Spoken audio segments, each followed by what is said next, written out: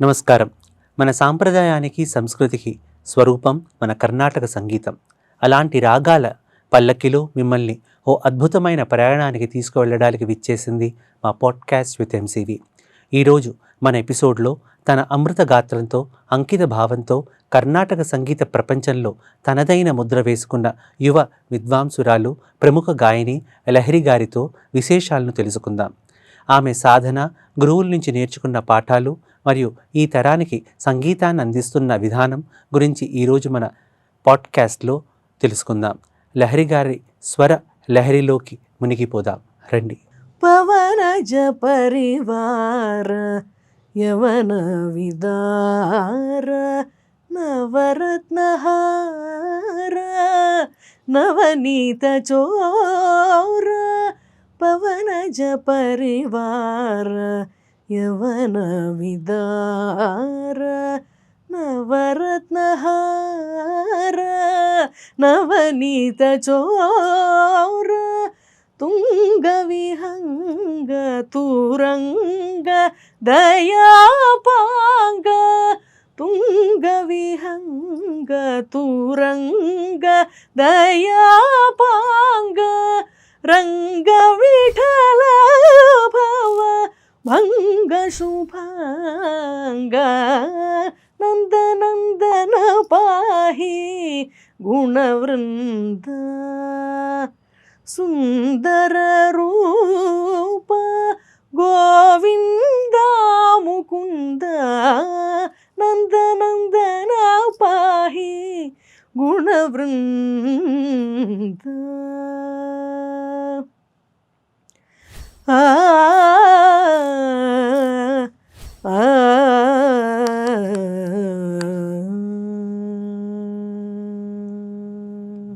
నమస్కారం. Podcast with MCV కార్యక్రమంలో మన సాంగోపాంగులు శీర్షకు స్వాగతం. సాంగోపాంగులు అంటే చిన్నప్పుడే పువ్వు పుట్టి పరిమళించినట్టు ఈరోజు మన విశిష్ట అతిథి విదూషిమణి లహరి గారు 5 ఏళ్ల ప్రాయంలోనే కర్ణాటక సంగీతాన్ని అవపోసన పట్టారంటే ఎలాంటి సందేహం లేదు. సో అలాంటి ఒక అద్భుతమైన కళాకారుని ఈరోజు మన ముందుకు తీసుకురావడం నాకు చాలా గర్వకారణంగా ఉంది. హాయ్ లహరి. నమస్తే అన్నయ్య. నమస్తే తల్లి, ఎలా ఉన్నావు? బాగున్నాను. వండర్ఫుల్. సో ఈరోజు మా కార్యక్రమంలో ఫస్ట్ టైం ఒక చైల్డ్ ప్రొడజీని పరిచయం చేయడం నా ఇన్ని రోజులు నా ఎపిసోడ్స్లో అది ఫస్ట్ టైం అనమాట. సో నీ గురించి చెప్పాలంటే మా ప్రేక్షకులకి, యాజ్ ఐ సెడ్, నువ్వు 5 yearsే ప్రాయంలోనే you have seen the music. అంటే మీ తాతగారిని చూశాను, మీ పిన్ని గారిని చూశాను, మీ మదర్ని చూశాను. సో అందరూ కూడా సంగీత విద్వాంసులే కాబట్టి, సో ఆ ప్రక్రియలో నీకు అంత ఎర్లీ ఏజ్లో హౌ డిడ్ యూ అంటే సంగీత పరంగా రాగాల్ని గుర్తుపట్టావా, లేకపోతే ఎట్లా గుర్తించారు? మీ ఇంట్లో ఎలా గుర్తించారు? సుమారు నాకు 2 ఏళ్ళు ఉన్నప్పుడు అన్నయ్య, మా ఇంట్లో అందరూ కూడా రెగ్యులర్గా రేడియో వినేవారు. రేడియో కంటిన్యూస్గా మార్నింగ్ నుంచి నైట్ వరకు వినే అలవాటు. మార్నింగ్ క్లాసికల్ మ్యూజిక్ వచ్చేది. ఒకరోజు అమ్మ నాకు తినిపిస్తూ రేడియో వింటున్నారు. అప్పుడు కొనకుడి వైద్యనాథన్ గారి వైలిన్ రిసైటల్ వస్తోంది. అందులో వారు ఒక సంగతి ప్లే చేస్తే నేను దాని స్వరం చెప్పాంట. వండర్ఫుల్. ఓకే, ఇదేంటి ఇలా చెప్తోందని అమ్మ ఆశ్చర్యపోయారు. ఆశ్చర్యపోయి ఇంకొన్ని ఫ్రేజెస్ అమ్మ పాడితే దానికి కూడా స్వరం చెప్పాంట. అలా మొదలైంది. ఆ తర్వాత రాగాల పేర్లు కూడా చెప్పాంట. సో అలాగా ఇంట్లో ఫస్ట్ అమ్మ రికగ్నైజ్ చేశారనమాట. సో ఆ రికగ్నైజ్ చేసి నిన్ను అంటే ఎలాగా, అంటే తర్వాత మీ తాతగారి దగ్గరికి తీసుకెళ్లారా? అంటే ఎలాగా, how did you come in to the light? అది ఎలా జరిగిందంటే, మహానుభావులు నూకల చిన్న సత్యనారాయణ గారు వారు ఒకసారి విశాఖపట్నం వచ్చారు. ఓకే. అప్పుడు మా తాతగారి ఇంటికి వచ్చారు. నాకు సుమారు 4 ఏళ్ల వయసు అప్పుడు. వారు చూశారు. వారు చాలా ముచ్చటపడి నన్ను ఒళ్ళో కూర్చోబెట్టుకొని రాగాలు అడిగి, అలాగే స్వరం పాడి దానికి ఫ్రేజెస్ పాడి దానికి స్వరం చెప్పమని, అలా వారు చాలా ఆనందపడి హైదరాబాద్కి వచ్చిన తర్వాత ఇక్కడ దూరదర్శన్లో చెప్పారు, ఇలా ఒక పాప విశాఖపట్నంలో ఇలా స్వరాలు చెప్తోంది, రాగాలు చెప్తోంది అంటే ఇక్కడ దూరదర్శన్ నుంచి ఒక టెలిగ్రామ్ వచ్చింది మా ఇంటికి. అప్పుడు హైదరాబాద్ వచ్చాము ఇక్కడ స్టూడియోస్కి. వచ్చి సాక్షి అనే ప్రోగ్రాంలో అప్పుడు ఫీచర్ చేశారనమాట. వండర్ఫుల్. శ్రీరంగం గోపాలరత్నం గారు, నూకలజిన్ సత్యనారాయణ గారు వాళ్ళు నన్ను ఒళ్ళో కూర్చోబెట్టుకొని రాగాలు అడిగి అలా స్వరాలు అవి చెప్పించారు.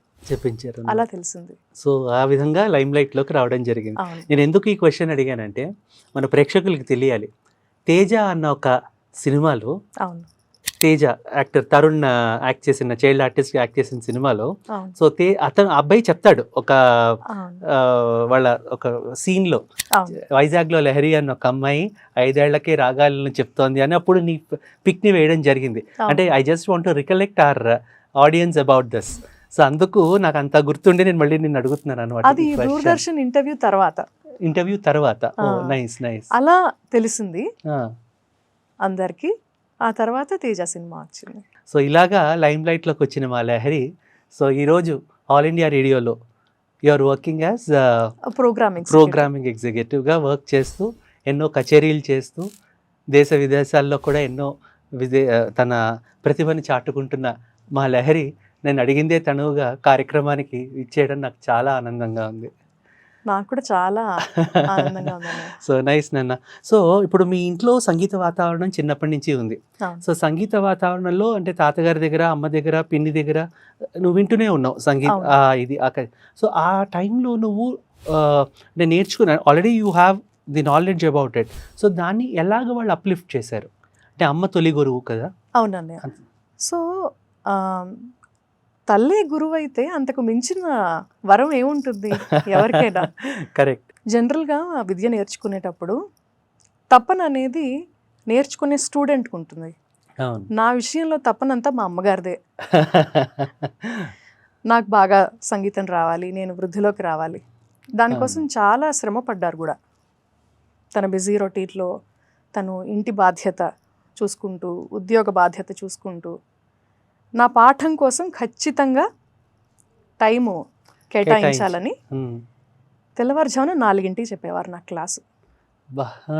3:30కి లేచేవాళ్ళం ఇద్దరం. 4 నుంచి 6 వరకు రోజు పాఠం. సాధారణంగా ఎప్పుడూ డీవియేట్ కూడా అయ్యేది కాదు.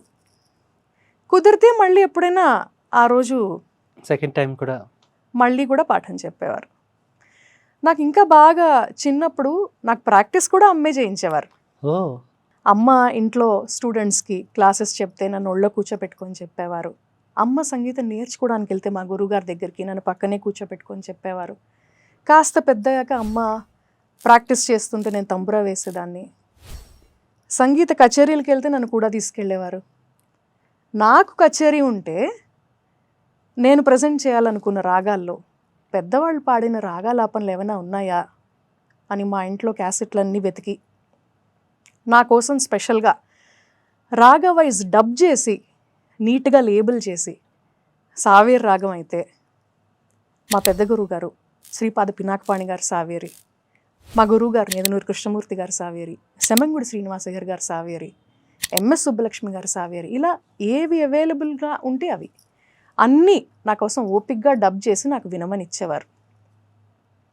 నా కోసం మా ఇంట్లో ప్రత్యేకంగా ఒక క్యాసెట్స్ సెక్షన్ ఉండేది. నా కోసం డబ్ చేసిన క్యాసెట్స్ అన్నీ ఉండేవి అందులో. అలాగే నేను ప్రజెంట్ చేయాలనుకున్న ఐటమ్స్ అన్నీ నేను కచేరీలో ఎలా ప్రజెంట్ చేయాలనుకుంటున్నానో అలా ప్రజెంట్ చేస్తే అమ్మ డైలీ డేట్ వేసి ఐటమ్ వైజ్ పాయింట్స్ నోట్ చేసి ఇచ్చేవారు. ఫలానా ఫలానా ఇక్కడ ఇంకా ఇంప్రూవ్మెంట్ ఉండాలి, డిక్షన్ బాగుండాలి, ఇంకా ఏదైనా బాగుంటే అది కూడా మెన్షన్ చేసేవారు. So she's a critic as well. అంటే అది ఉండాలన్నయ్య, అప్పుడే ఇంప్రూవ్మెంట్ ఉంటుంది. ఈ ఎక్సర్సైజ్ కచేరీ షెడ్యూల్ అయిన దగ్గర నుంచి రేపు కచేరీ అనంత వరకు కంటిన్యూ అయ్యేది. వండర్ఫుల్. ఇక్కడ ఒక ముఖ్యమైన విషయం చెప్పాలి. అమ్మ ఎంత మంచి టీచర్ అంటే పెద్దవాళ్ళ సంగీతం వినడం ఎంత ముఖ్యమో, మన సంగీతం ఇంప్రూవ్ అవ్వాలంటే ఎవరి పాట వాళ్ళే రికార్డ్ చేసుకొని వినాలి అని చెప్పేవారు. కరెక్ట్. అది అమ్మ నాకు చిన్నప్పటి నుంచి అలవాటు చేశారు. అది నాకు చాలా హెల్ప్ అయింది. ఎందుకంటే నా పాట నేనే విన్నప్పుడు చాలా తప్పులు తెలిసేవి. ఒక మాట మనం పాడేటప్పుడు తెలియదు. అవును. ఆ ఉచ్చారణ అవి ఆ, వినేటప్పుడే వినేటప్పుడే తెలుస్తుంది. అవును, కరెక్ట్. అలాగే ఇంకొక గ్రేటెస్ట్ అడ్వాంటేజ్ ఏంటంటే ఒక భయం లేకుండా ఏదైనా అడిగే స్వేచ్ఛ ఉండేది. నాకు ఏదైనా ఒక విషయం మొదటిసారి అర్థం కాకపోయినా రెండోసారి అడగడం, లేదంటే ఎప్పుడైనా అమ్మ పాఠం చెప్పేటప్పుడు ఒక సంగతి ఏదైనా, చాలా చిన్నదాన్ని కదా నేను, అవును, అమ్మ అవును. నా ఒపీనియన్కి ఏమీ No value అనేది ఇవ్వక్కర్లేదు, కానీ నేను ఏదైనా ఒక సంగతి ఏదైనా చెప్తే అమ్మ నా ఒపీనియన్కి వాల్యూ ఇచ్చేవారు. అది అమ్మ గొప్పతనం. ఖచ్చితంగా నీలో ఆ ప్రజ్ఞను ఆల్రెడీ గుర్తించారు కాబట్టి ఆవిడ దానికి కూడా ఎంతవరకు కరెక్ట్ ఉందా లేదా అన్న ఒక బ్యాలెన్స్ చేసుకొని అవును, అవును. ఆవిడ ఒప్పుకునేవారు. కరెక్ట్. అవును. ఎట్ ద సేమ్ టైం ఈ మదర్ అండ్ డాటర్ బాండ్లో ఎక్కడ డైల్యూట్ అవుతుందో సీరియస్నెస్, పాఠం సీరియస్నెస్ అని చాలా డిసిప్లిన్ ఎన్ఫోర్స్ చేసేవారు. పాఠం టైంలో అమ్మ అంటే నాకు చాలా భయం. So she was a strict teacher and successful teacher. అంటే మన ప్రేక్షకులకి చెప్పాలి, వాళ్ళ మదర్ కూడా షీఈ్ ఆల్ ఇన్ మన ఆంధ్ర యూనివర్సిటీలో she's head of the department and professor in music, Carnatic music, Saraswati విద్యార్థిని గారు. అండ్ వాళ్ళ పిన్ని గారు ఇంద్రగంటి శారద గారు అనేవారు, తర్వాత గుమ్మలూరు శారదా సుబ్రహ్మణ్యం గారు అయ్యారు. వాళ్ళ తాతగారు కులపతి ఐవిఎల్ శాస్త్రి గారు. సో ఇంతటి మహానుభావుల మధ్యలో ఆవిడ పెరిగిన అమ్మాయి కాబట్టి ఖచ్చితంగా ఆ విలువలు, ఆ సంగీతం పట్ల ఆ పట్టు ఆ అమ్మాయికి రావడంలో అతిశయోక్తి ఏమీ లేదు ఇందులో. సో మీ మదర్ పార్ట్ అయింది. సో మీ తాతగారి దగ్గర ఆయన ఎంతమందికో సంగీత జనకులాన్ని స్థాపించి ఎన్నో ఉచితంగా సంగీతం నేర్పించి ఏకాహర్లో ఎన్నో చేసిన మహానుభావులు ఆయన. సో ఆయన దగ్గర నీవు నేర్చుకున్న విద్య? అమ్మ ఎప్పుడైనా నాకు ఏదైనా ఒక కృతి చెప్పిన తర్వాత కానీ, తర్వాత నాకు ఎక్కడైనా కచేరీ ఉన్నా కూడా అమ్మ పాయింట్స్ నోట్ చేసి ఇచ్చేవారని చెప్పాను కదా. నేను రెడీ అని అమ్మ అనుకున్నప్పుడు అమ్మ నన్ను తాతగారి దగ్గరికి పంపించేవారు. ఓకే. రిఫైన్మెంట్ కోసం. అండ్ తాతగారి ఇన్పుట్స్ చాలా వాల్యుబుల్గా ఉండేవి. ఇంకా ఈ రాగంలో ఇంకా ఫలానా చోట న్యాసం ఇంకాసేపు ఉంటే బాగుంటుంది, ఆ ఇంపాక్ట్ ఇంకా రావట్లేదు, ఇలాగా ప్రతిసారి అమ్మ నన్ను తాతగారి దగ్గరికి వెళ్ళి పాడమని పంపించేవారు. వండర్ఫుల్.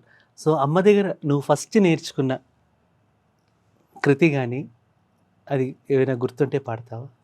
అసలు ఏం జ్ఞాపకం లేదన్నయ్య. తాతగారి దగ్గర? లేదంటే తాతగారి దగ్గర నేను ఎప్పుడు కాంపోజిషన్స్ అలా నేర్చుకోలేదు. Okay, okay. తాతగారు పాయింట్స్ చెప్పేవారు. ఓకే. అమ్మ దగ్గర నేర్చుకునేది అయితే ఇప్పుడు ప్రస్తుతానికి జ్ఞాపకం లేదు. అంటే ఫస్ట్ టైం మొదట్లో. అంటే నువ్వు అమ్మ కలిసి చాలా పాడారు కూడా కదా. అవును. సో అందులో నీకు నచ్చింది, అమ్మకి ఇష్టమైనది? ఎందుకో నీ మనసు కరగదు, ఎందుకో నీ మనసు కరగదు, ఎందుకో నీ మనసు కరగదు, ఏమి నేరము తెలియదు, ఎందుకు నీ మనసు కరగదు, ఏమి నేరము తెలియదు, ఎందుకు నీ మనసు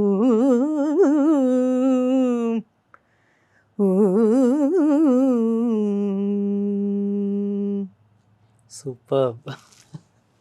ఇది ఎప్పుడు ఎక్కడ రికార్డ్ చేశారు ఇది? రికార్డ్ ఏం చేయలేదు రికార్డ్ చేయలేదు.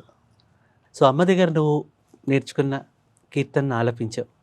సో నాకు ఎంతో ఇష్టమైన బంటు రీతి కొలువు అది కూడా అనగలవా ఒకసారి? తప్పకుండా. బంటు రీతి కొలువీయవయ్య రామా, బంటు రీతి కొలువీయవయ్య రామా, బంటు రీతి కొలువీయవయ్య రామా, బంటు రీతి కొలువీయవయ్య రామా, బంటు రీతి కొలువీయవయ్య రామా, బంటు రీతి కొలువీయవయ్య రామా. ఆ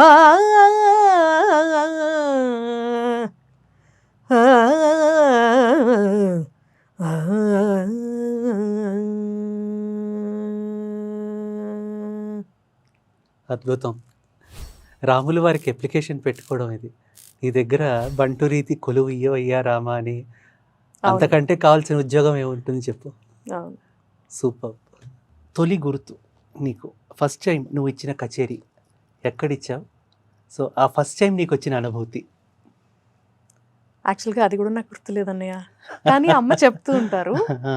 నాకు 2-3 ఏళ్ల వయసు ఉన్నప్పుడు తాతగారు ఐవీఎల్ శాస్త్రి గారు ఎవ్రీ ఇయర్ దసరా ఉత్సవాలు చేసేవారు. ఏకాహం చేసేవారు. ఏకాహంలో అక్కడ అలాగే త్యాగరాజ ఆరాధనోత్సవాలు అయినప్పుడు అక్కడ చిన్న చిన్న కచేరీలు పాడుతూ ఉండేదానిట.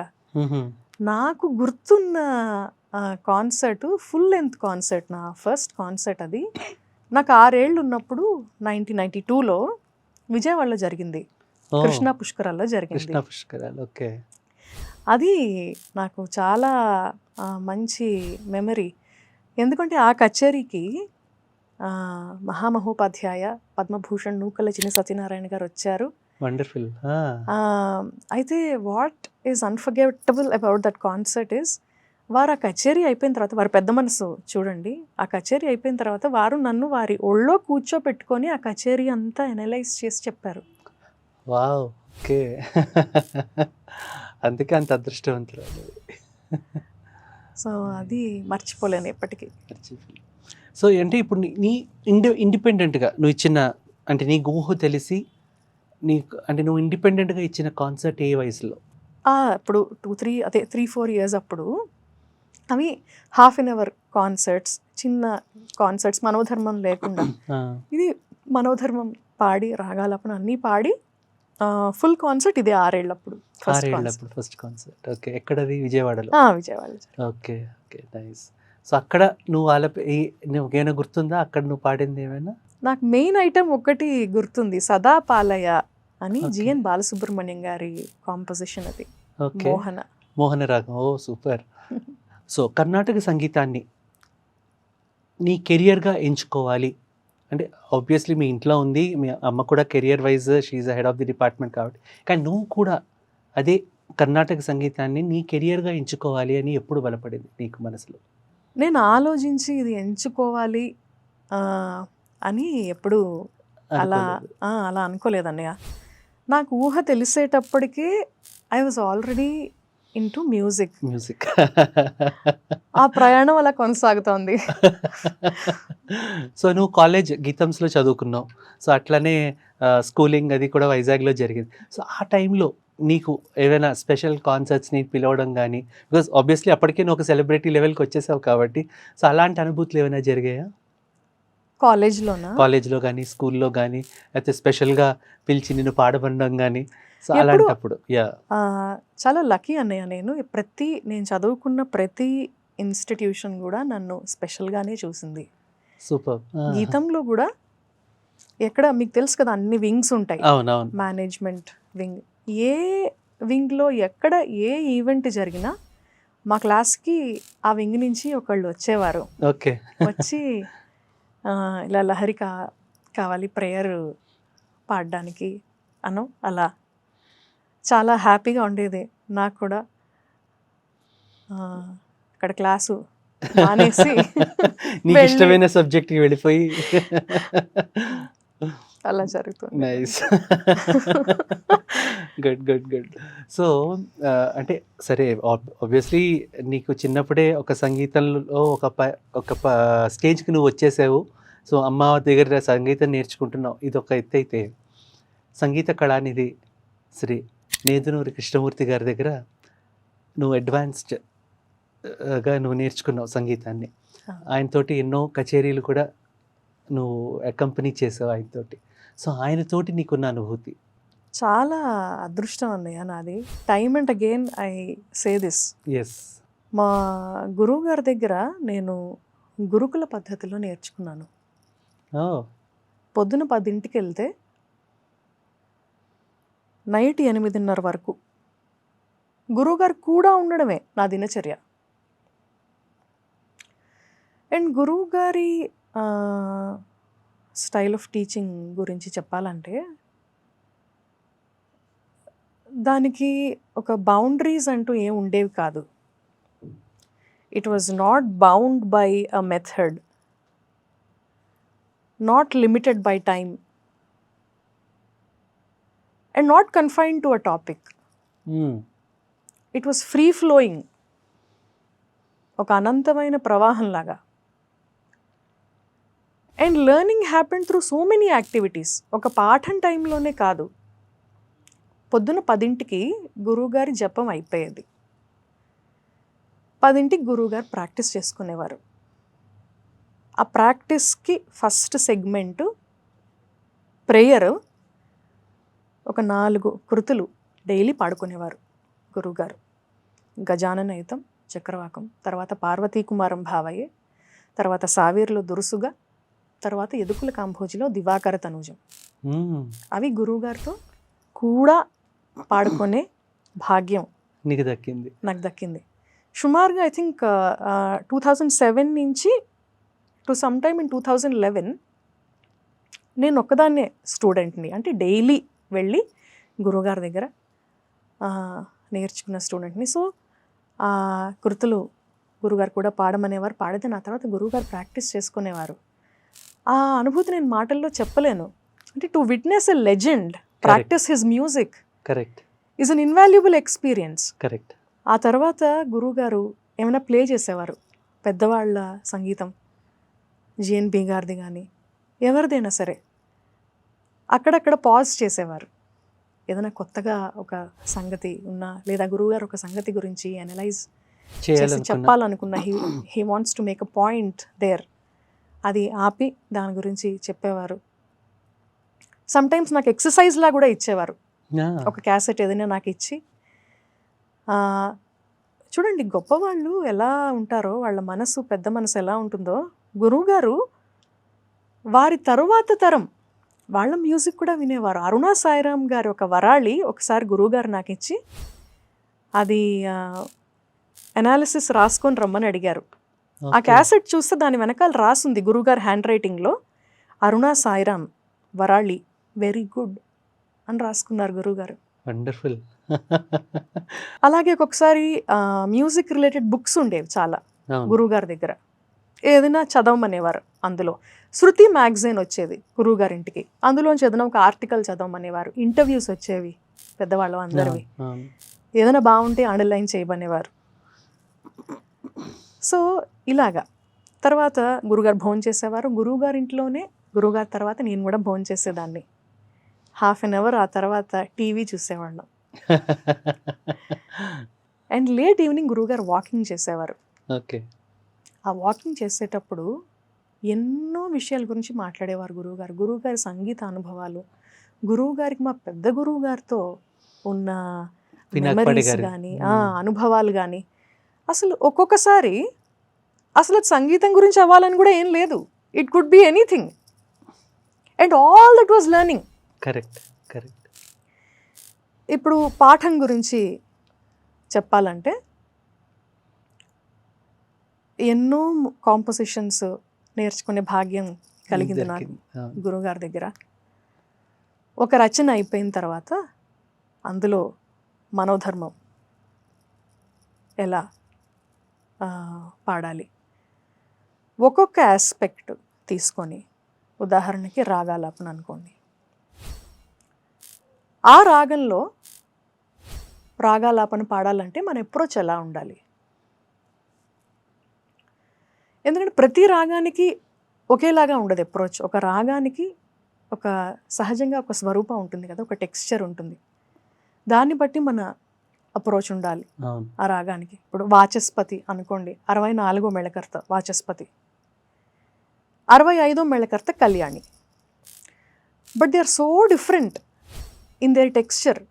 ఒక్క నోట్ డిఫరెంట్ ఈ రెండు రాగాలకి. నిషాదం, వాచస్పతిలో కైసిక నిషాదం, కళ్యాణిలో కాకల్ నిషాదం. నిషాదం ఆబ్వియస్ డిఫరెన్స్ కాబట్టి నిషాదం జోలికి వెళ్లకుండా వాచస్పతి రాగం కొంచెం పాడాలనుకోండి.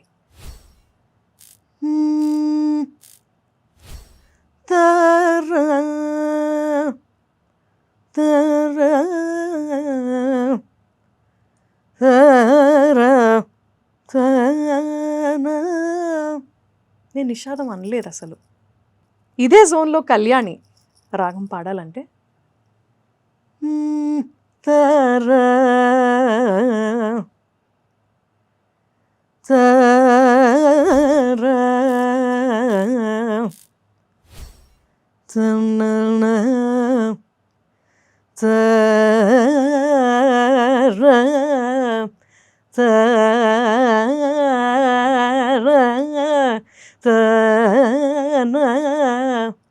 ఇలా ఉంటుంది. ఇదే వాచస్పతిలో మనం ఇంత కంపిత గమకంతో పాడామనుకోండి,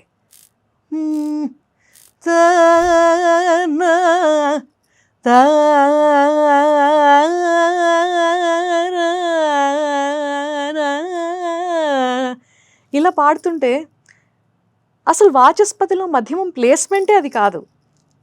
వాచస్పతిలో మధ్యమానికి అంత రేంజ్ లేదు.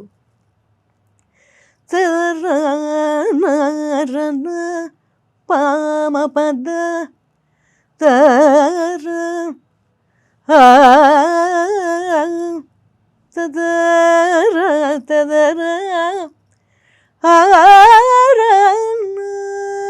ఇది వాచస్పతి. సో ఇలాగా ఒక రాగ స్వరూపాన్ని బట్టి ఆ రాగాలాపనికి మన అప్రోచ్ ఉండాలి. అలాగే ఒకే రాగం అన్నిసార్లు ఒకేలాగా ఉండదు అప్రోచ్. మనం పాడే రచన బట్టి మన అప్రోచ్ మారిపోవాలి. ఆ కాంపోజిషన్ లయ ఎలా ఉంది, అది మధ్యమ కాలంగా ఉందా, విలంబంగా ఉందా, ఇలాగా. సో ఆ రచనకి రాగం ఎలా పాడాలి. అలాగే రాగాలాపంలో డిఫరెంట్ ఎలిమెంట్స్ అన్నీ తీసుకొని, ఉదాహరణకి గ్రామర్ సరిగా ఉందా లేదా, గమక ఓరియంటేషన్ యాక్యురేట్గా ఉందా లేదా, ఆ రాగంలో ఏమైనా వక్రం ఉందా, అలాగే పంక్చువేషన్ ఎక్కడెక్కడ పాజెస్ ఇవ్వాలి, timing is so important. Sometimes timing is everything. Correct. ఆ రాగం ఎక్కడ, దాని పొజిషన్ ఎక్కడుంది, దాని ప్లేస్మెంట్ ఎక్కడుంది, అలాగే ఆ సంగతి టెంపో ఎలా ఉంది. గురువుగారు బాగా ఒక పాయింట్ మీద ఎంఫసైజ్ చేసేవారు, అది కోజెన్సీ అంటే clarity, conviction and importantly logical flow. ఎలా మొదలవుతోంది, ఎలా డెవలప్ అవుతోంది, ఎలా ఎండ్ అవుతోంది, ఏ సంగతి తర్వాత ఏ సంగతి వస్తుంది. స్ట్రక్చరైజేషన్, గ్రామర్ బాగుంది, పంక్చుయేషన్ బాగుంది, కానీ కోజెన్సీ లేకపోతే ఆలాపన ఎఫెక్టివ్గా ఉండదు. కరెక్ట్. అలాగే మాడ్యులేషన్, పాడేటప్పుడు మాడ్యులేషన్ ఎలా ఉంది, ఈస్థెటిక్ సెన్స్, ఇవన్నీ రాగాలాపన ఇంట్రడ్యూస్ చేసేటప్పుడు మధ్యమకాల సంగతులతో ఇంట్రడ్యూస్ చేయాలని చెప్పేవారు. వీలైనంత వరకు చిన్న చిన్న సంగతులు పాడమని చెప్పేవారు. ఇలాగా one aspect after one step by step చెప్పుకుంటూ వెళ్ళేవారు master. One aspect after another. Another aspect. Wonderful. So master దగ్గర అంటే ఇన్ని టెక్నికాలిటీస్, ఇన్ని డైమెన్షన్స్ నువ్వు దగ్గర పర్సనల్గా ఉండి నేర్చుకున్నావు కదా. సో మాస్టారు యాజ్ అ పెర్ఫార్మర్, మాస్టారు యాజ్ అ కోచ్, ఒక 2 డిఫరెంట్ యాంగిల్స్ అవి. అవును అవును. సో రెండిట్లో కూడా విట్నెస్ చేసిందని నువ్వు. So master as a coach చెప్పావు, ఇప్పుడు master as a performer, what are your analysis? అంటే ఆయనతో పాటు నువ్వు తంబూరా మీటినప్పుడే కావచ్చు, నువ్వు ఆయనతో పాటు పాడినప్పుడే కావచ్చు, సో నువ్వు ఎలాంటి పాయింట్స్ అబ్జర్వ్ చేసేదానివి? గురువు గారి creativity again yes, had no limits. టీచింగ్కి బౌండరీస్ లేవు, అలాగే గురువు గారి క్రియేటివిటీకి కూడా లేదు. ఇక్కడ అందమైన ఒక విషయం ఏంటంటే అన్నయ్య, when creativity is limitless, sometimes it may be beautiful, sometimes కొంచెం అటు ఇటుగా ఏమైనా అయ్యే అవకాశం ఉంటుంది కదా. లెజెండ్స్కి అలా ఉండదు. That limitless creativity, it is always beautiful. Correct. And అది ఒక పండగ. గురువుగారు స్టేజ్ మీద ఉన్నప్పుడు వినేవాళ్ళకి, వెనకాల తంబురా వేస్తున్న వాళ్ళకి అందరికీ ఒక పండగ. అవును. సో పర్ఫార్మింగ్లో ఆయన పర్ఫామ్ చేసేటప్పుడు అప్పటికప్పుడు నువ్వు నేర్చుకున్నవి ఆయన దగ్గర ఏమైనా చెప్పగలవా? ఇప్పుడు ఆయన కొన్ని కచేరీల్లో నేను చూశాను, నువ్వు ఆయనతో పాటు కంపెనీ అయినప్పుడు రామభద్రరారా సిరి చేసినప్పుడు కూడా I think your accompanying there also. ఎందుకంటే ఇవన్నీ నా పాత జ్ఞాపకాలు, ఇవన్నీ మళ్ళీ నెమరేసుకోవడం అవుతుంది నాకు. సో ఒక్కసారి అవి ఏమైనా ఒక అనగలవా మా గురించి?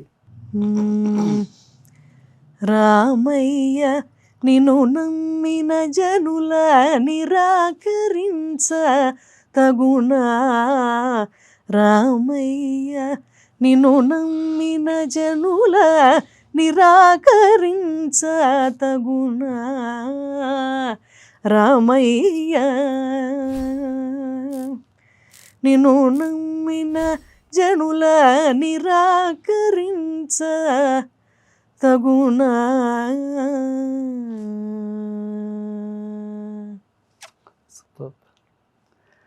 మీరు ఇందాక ఒకటి ఏదైనా నేర్చుకున్నావా అప్పటికప్పుడు అని అడిగారు కదా, ఇది పాడుతుంటే జ్ఞాపకం వచ్చింది. కృతి ఒక స్ట్రక్చర్లో నేర్చుకుంటాం కదా, కానీ ఒక్కొక్కసారి మనం స్టేజ్ మీద పాడుతున్నప్పుడు sometimes we want to observe something there. So ఆ స్ట్రక్చర్ని అలాగే పాడకుండా అప్పుడప్పుడు దాంట్లో ఆ కృతి భావంలో we try to immerse ourselves. Correct. అలా గురువు గారు ఇప్పుడు రామయ్య వెంటనే వెళ్ళిపోకుండా నెక్స్ట్ లైన్కి రామయ్య నిన్ను నమ్మిన జనుల నిరాకరించ తగునా, రామయ్య. అలాగా ఆ భావంలో అక్కడికక్కడ ఇమర్స్ అయ్యి మనల్ని మనం మర్చిపోయి హాయిగా పాడుకోవడం.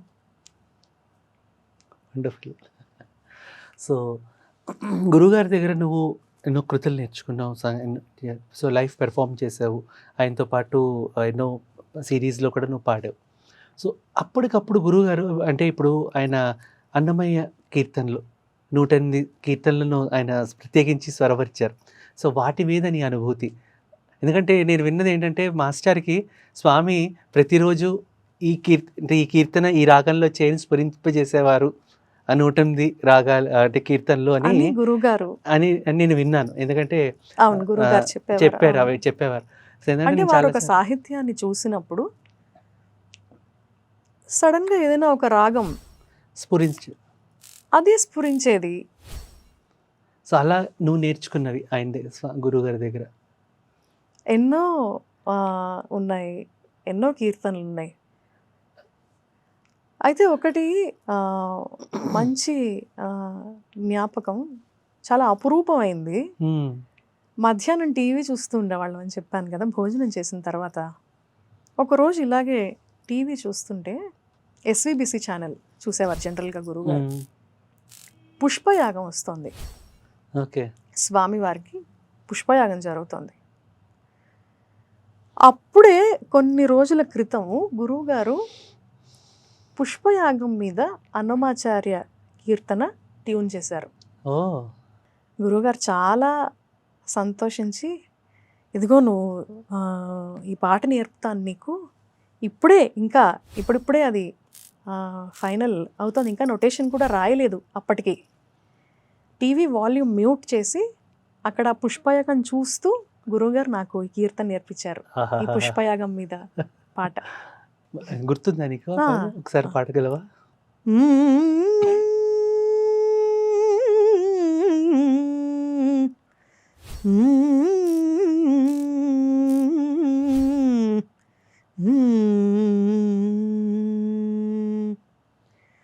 సకల లోకేశ్వరులు సరుసచే కొనువారు అకలంకముగ పుష్పయాగంబు. సకల లోకేశ్వరులు సరుసచే కొనువారు అకలంకముగ పుష్పయాగంబు.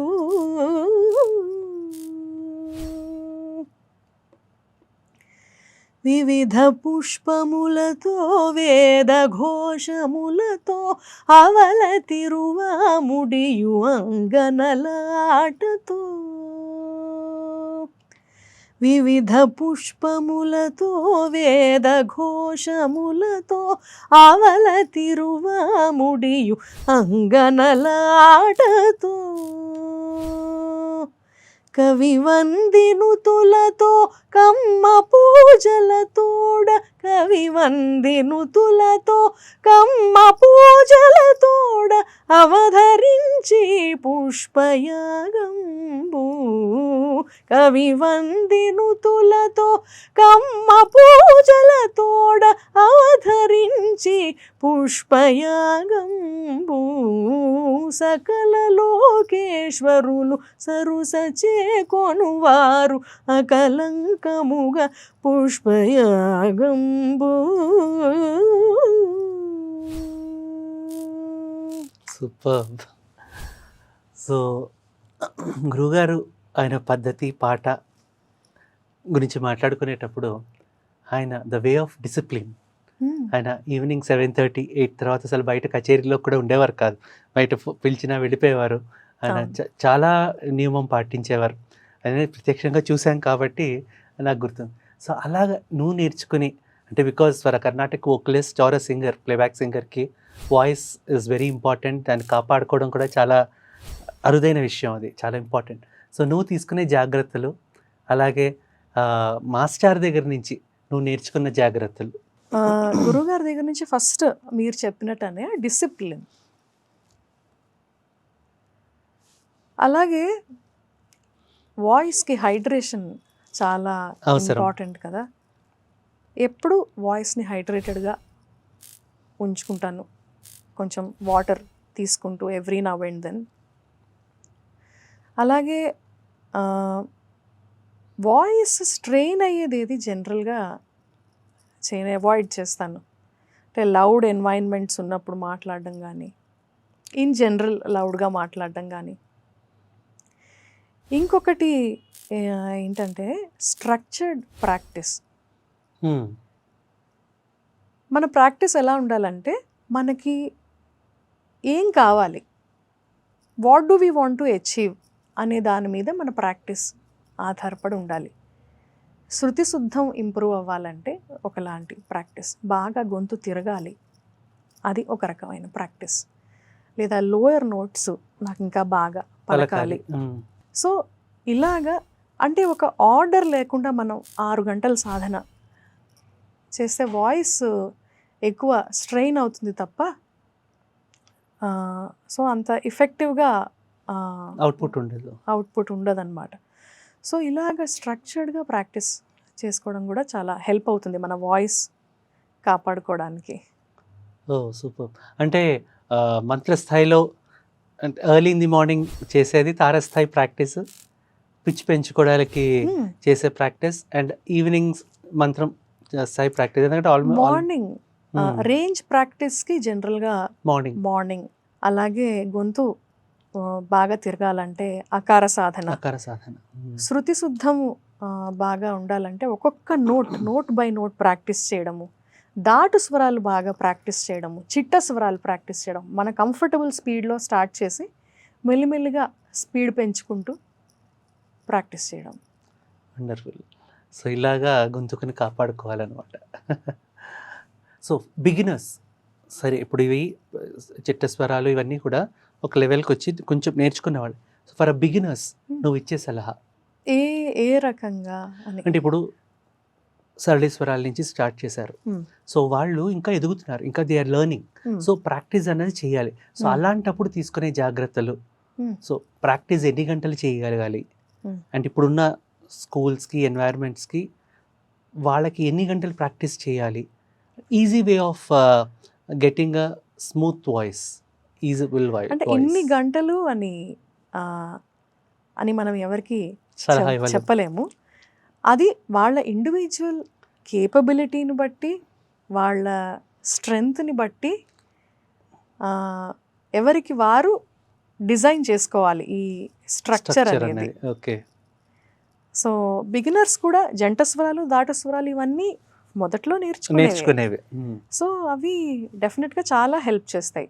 3 కాలాల్లో జంట స్వరాలు పాడడము, దాటు స్వరాలు పాడడము. ఇంకొకటి బిగినర్స్కి అనే కాదు, ఇన్ జనరల్ మనం మామూలుగా సంగీతం నేర్చుకుంటున్నప్పుడు వాయిస్ ఎలా ప్రొటెక్ట్ చేసుకోవాలి ఇలా అనుకుంటుంటాం కదా, కానీ in general overall health and fitness చాలా ముఖ్యం. కరెక్ట్. అంటే ఫుడ్ హ్యాబిట్స్లో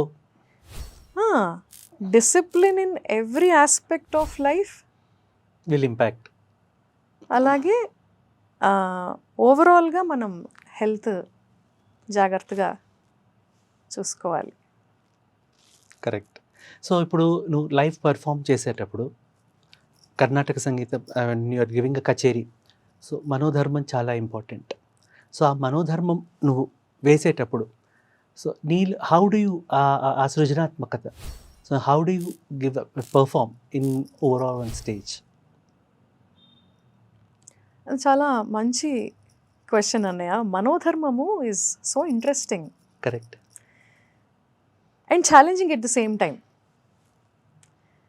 చాలా ఫ్రీడమ్ ఉంటుంది మనోధర్మంలో, కానీ ఒక ఈస్థెటిక్ రిస్ట్రెయింట్ అనేది చాలా అవసరం. లేకపోతే మనోధర్మము కొంచెం క్లమ్జీగా వినపడే ప్రమాదం ఉంది. ఆ స్టేజ్ మీద అప్పటికప్పుడు మనం పాడేటప్పుడు మన ఫోకస్ అంతా రాగభావం మీద ఉన్నప్పుడు will be on the right track. రాగభావం మీదే ఉండాలి దృష్టి అంతా. అలాగే ఆ రాగంలోని ముఖ్యమైన సంగతులు ఏంటి, కీ ఫ్రేజెస్ అంటాం, we should keep coming back to them. అలాగే ల్యాండింగ్ పాయింట్స్ చూసుకుంటూ, చిన్న చిన్న పాజెస్ తీసుకుంటూ, ఇవన్నీ బ్యూటీని ఎన్హాన్స్ చేస్తాయి. కరెక్ట్. ఆ silence will actually give lot of curiosity కూడా ఉంటుంది వినే వాళ్ళకి, వాట్ ఈస్ కమింగ్ నెక్స్ట్ అని. సో పంచరత్న కీర్తనలు మనం పాడుకునేటప్పుడు, నువ్వు ఆల్రెడీ స్టేజ్ పర్ఫార్మెన్స్ చేసేటప్పుడు ఎక్కువగా నిన్ను అడిగే ఏది పాడమంటారు? ఎందరో మహానుభావులు. ఎందరో మహానుభావులు అనగలవా మా గురించి? ఎందరో మహానుభావులు, ఎందరో మహానుభావులు, ఎందరో మహానుభావులు, అందరికీ వందనములు, ఎందరో మహానుభావులు, అందరికీ వందనములు ఎందరో మహానుభావులు అందరికీ వందనములు ఎందరో మహానుభావులు అందరికీ వందనములు ఎందరో మహానుభావులు.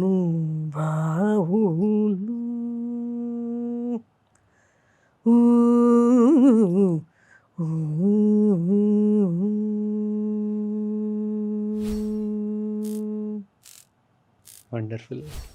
So Lahari, you performed in the other countries also. So పై కంట్రీస్లో మన వాళ్ళే కాకుండా అక్కడ వాళ్ళు కూడా వస్తూ ఉంటారు. వస్తున్నప్పుడు సో వాళ్ళని దృష్టిలో పెట్టుకొని ఒక కచేరీ చేసేటప్పుడు, ఇప్పుడు అక్కడ కోర్స్ మన ఆంధ్రలో సంగీతం తెలిసిన వాళ్ళు ఉంటారు, తెలియని వాళ్ళు ఉంటారు. మన వాళ్ళని పక్కకు పెడితే అటు విదేశీ వాళ్ళు కూడా వచ్చినప్పుడు వాళ్ళని దృష్టిలో పెట్టుకొని హౌ డు యూ పెర్ఫామ్ అంటే వాళ్ళకి కూడా అర్థం అవ్వాలి కదా. సో ఆ పెర్ఫార్మెన్స్ ఇచ్చేటప్పుడు సో ఏ జాగ్రత్తలను తీసుకుంటాం? అంటే ఈస్థెటిక్స్ అనేది it has universal appeal. So మనం ఇందాక కూడా ఒకసారి రాగభావం గురించి అనుకున్నాం కదా. సో ఏది పాడినా కూడా భావయుక్తంగా మనం ఇఫ్ యూ మేక్ షూర్ అది భావంగా ఉంది అన్నప్పుడు శ్రోతలకి చేరుతుంది. Across countries, across different sections అది డెఫినెట్గా రీచ్ అవుతుంది. సో విదేశాల్లో పెర్ఫామ్ చేసావు. సో చేసినప్పుడు నిన్ను వన్స్ మోర్ అని అడిగే సందర్భాలు నేను కళ్ళారా చూశాను. సో ఇలాంటప్పుడు నువ్వు ఎక్కువ పెర్ఫామ్ చేసింది ఎలాంటి తిల్లానాస్? ఖమాస్ రాగంలో ఒక తిల్లానా ఉంది, లాల్గుడి జి జయరామన్ గారిది. ఓకే. తననదిరనధీం తదీరన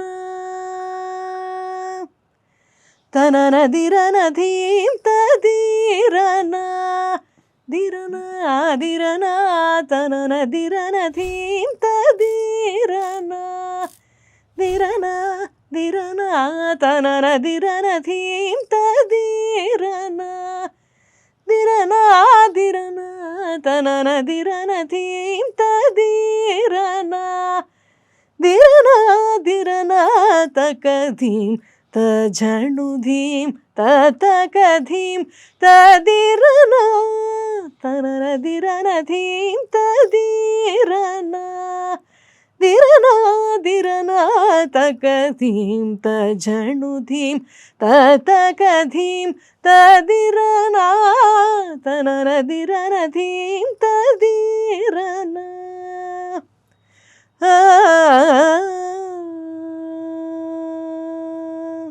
వండర్ఫుల్, వండర్ఫుల్.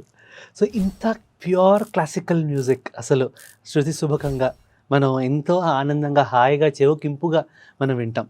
కానీ ప్రస్తుతం ఫ్యూజన్ మ్యూజిక్ చాలా, అంటే ఇప్పుడు జెన్జీ అనుకో ఇంకోటి అనుకో, they like fusion music. So మన క్లాసికల్ సంగీతం ఎక్కడా కూడా దెబ్బ తినకుండా, శాస్త్రీయతను ఎక్కడా ఇది కాకుండా శృతి శుభకంగా అంతే ఆనందంగా అంటే స్వచ్ఛంగా మన కర్ణాటక సంగీతం చేయడం సాధ్యమవుతుందా? డెఫినెట్లీ.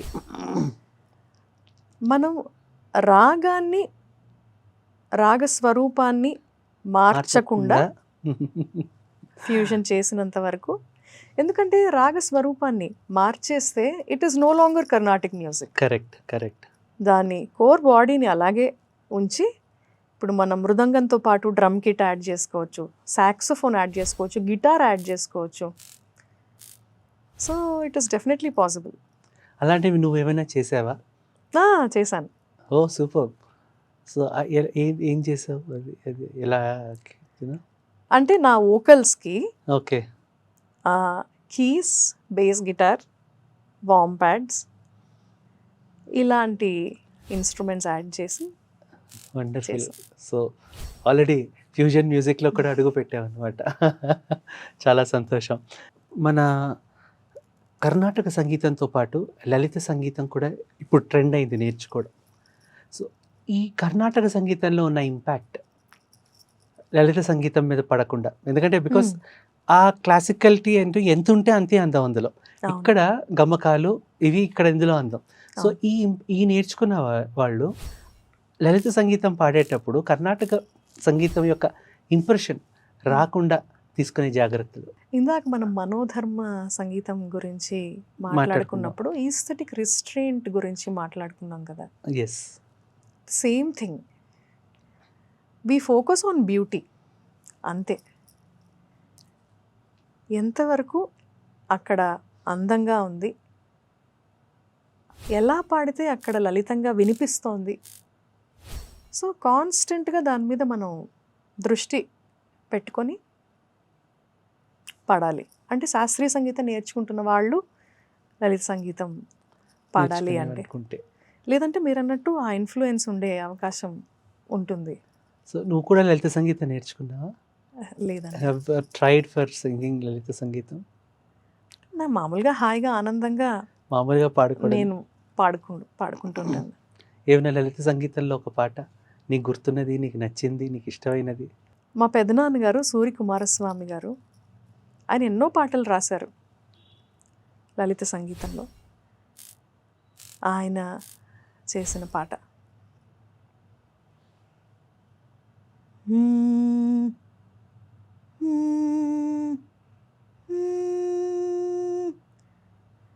అందరినీ కనిపెంచే అవనియే తల్లి,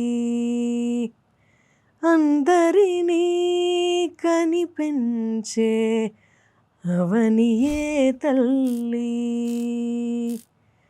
అందరినీ ఆదరించు ఆకాశమే తండ్రి, అందరినీ కనిపెంచే అవనియే తల్లి,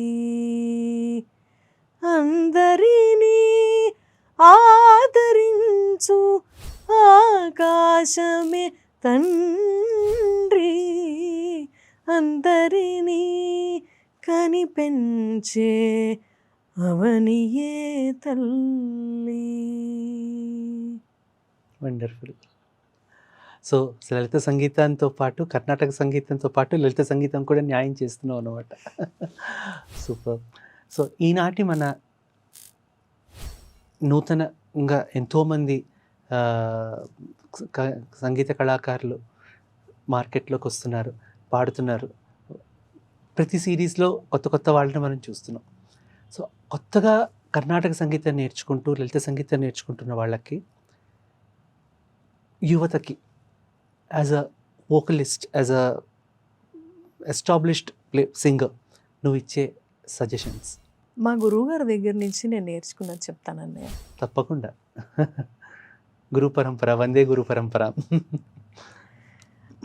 ఫస్ట్ థింగ్, ఒక disciplined approach to the art form. Correct. అలాగే dedication to the art form. గొంతు మాత్రమే కాకుండా జనరల్గా ఓవరాల్ హెల్త్ అండ్ ఫిట్నెస్ చూసుకోవడం, ఇవన్నీ మా గురువుగారు వారి లైఫ్ స్టైల్లో వారు ఆచరించి చూపించినవి. అలాగే గురువుగారు ఎప్పుడు ఒక విషయం చెప్పేవారు, ఒక రచన సాహిత్యంతో మనం పరిచయం ఏర్పరచుకొని ఆ రచన పాడుకుంటే ఆ ఆనందమే వేరని చెప్పేవారు. ఎందుకంటే ఈ గొప్ప వాగ్గేయకారులంతా they poured themselves into sound. Correct. అవి they are not just compositions. Correct. It is an emotion that they lived. ఆ గొప్ప రచనల సాహిత్యాన్ని మనం అర్థం చేసుకొని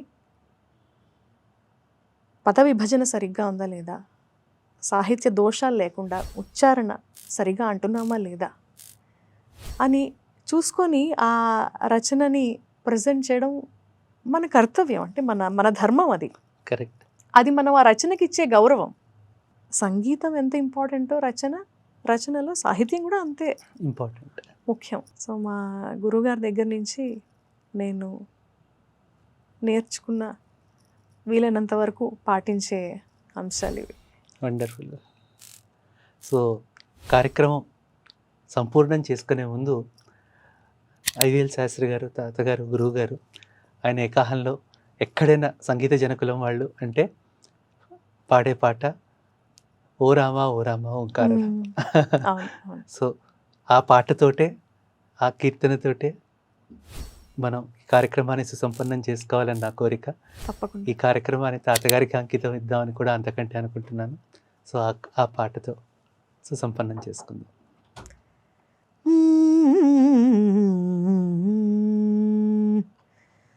ఓ రామ ఓ రామ ఓంకారధామ, ఓ రామ ఓ రామ ఓంకారధామ, ఓ రామ ఓ రామ ఓనరించు ప్రేమ, ఓ రామ ఓ రామ ఓంకారధామ, ఓ రామ ఓ రామ ఓనరించు ప్రేమ, ఓ రామ ఓ రామ.